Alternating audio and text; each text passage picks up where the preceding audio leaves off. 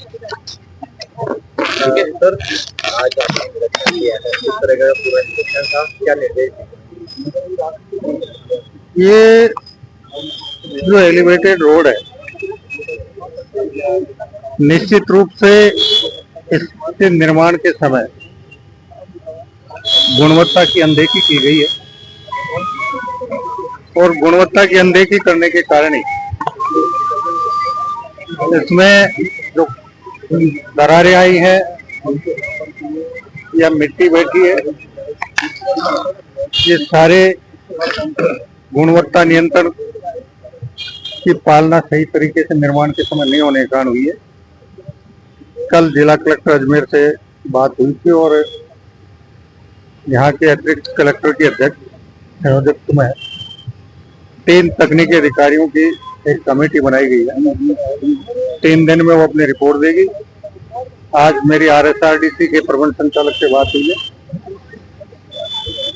RSRDC की यहाँ की प्रोजेक्ट डायरेक्टर उपस्थित है, उनको अलग से इस शेड्यूल के आधार पर निर्माण में कहाँ क्या क्या कमी खामी रही है 3 दिन में उसकी जांच करने के लिए निर्देशित किया है। और इसके साथ ही इसका मूल प्रस्ताव से लेकर इसको जो अंतिम रूप दिया गया है उसकी समीक्षा हमारे नगर निगम के आयुक्त अपने स्तर पे करेंगे और ये सारी रिपोर्ट आने के बाद अगर हमें आवश्यक हुआ कि रिपोर्ट में पूरी कमी खामियां उजागर नहीं हुई तो हम तीसरे पक्ष से इसकी जांच करवाकर जो भी दोषी तकनीकी अधिकारी होंगे उसके खिलाफ कार्रवाई। सर, कांग्रेस सरकार में जिसका काम हुआ, केंद्र सरकार की ओर से बीजेपी तरफ से इसका पैसा दिया, लेकिन इसकी सेफ्टी ऑडिट करने की नहीं। बिल्कुल बनने के बाद बिल्कुल कल मेरे संज्ञान में ये बात भी आई है, किसी सज्जन ने और यहाँ के उप महापौर ने मुझे 2023 के तो समाचार पत्रों की कटिंग भी भेजी थी। उसमें भी समाचार पत्रों के माध्यम से भी ये मुद्दा उठा था, लेकिन अब उस समय की सरकार ने उस पर क्यों ध्यान नहीं दिया और कैसे इसका लोकार्पण कर दिया, इस पे तो मैं कोई विशेष कमेंट नहीं करूंगा। लेकिन ये जरूर है कि गत सरकार की लापरवाही रही है और जो भी तकनीकी अधिकारी या दूसरे अधिकारी इसके निर्माण में के लिए जिम्मेदार थे उन्होंने भी अपनी जिम्मेदारी को सही तरीके से निर्वहन नहीं किया। आगे भी जब आए थे तब आपने 3 दिन में रिपोर्ट तैयार करने के निर्देश दिए थे। अभी परसों फिर बारिश हुई, पूरा शहर डूबना पड़ा, पूरा शहर डूब चुका, कई जनता को परेशान होकर उतना बड़ा घरों में पानी, इसीलिए तो वापस आना पड़ा मेरे को। कोई कार्रवाई होगी क्या सर? आदेश रिपोर्ट करूंगा, रिपोर्ट लेने के बाद बात करूंगा। सर, कई जगह और भी क्रैक आ रहे हैं, बताया गया वो देखेंगे, सब देखेंगे। जो फॉर्म था उसकी हालत ये है कि RSRDC के अधिकारी बार-बार नोटिस दे रहे हैं कि यहाँ का कलर करा लो, यहाँ का मेंटेनेंस करा लो, सफाई करा लो, रंग रोशन रखा, कुछ नहीं कर रहा है। बार-बार नोटिस दे रहे हैं ठेकेदार को। ठेकेदार के रसूखात इतने बड़े हैं कि अधिकारी बहुत होने रह जाते हैं।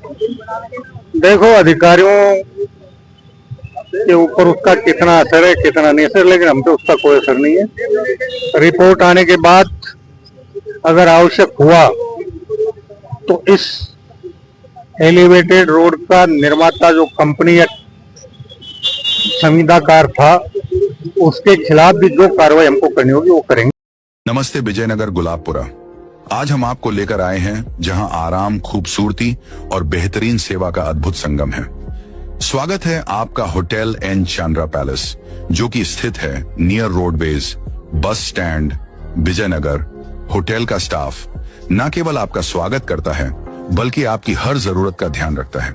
साथ ही यहाँ का पार्टी हॉल आपके जन्मदिन का जश्न या किटी पार्टी के अवसरों को खास बनाता है। बजट लग्जरी 30 रूम्स, चाहे आप रात भर या लंबे समय तक रहो। यहाँ के कमरे आरामदायक तो है ही, साथ ही हर कमरों में एसी और हीटर की विशेष सुविधा भी उपलब्ध है। साथ ही होटल में ठहरने वालों के लिए रेड चिल्ली में विशेष फूड्स भी अवेलेबल हैं। साथ ही यहाँ laundry, doctor, taxi, attractive gym, TV in all rooms, parking की भी सुविधा उपलब्ध है। तो दोस्तों, जब भी आप विजयनगर में आए, होटल एन चंद्रा पैलेस में ठहरना ना भूलें।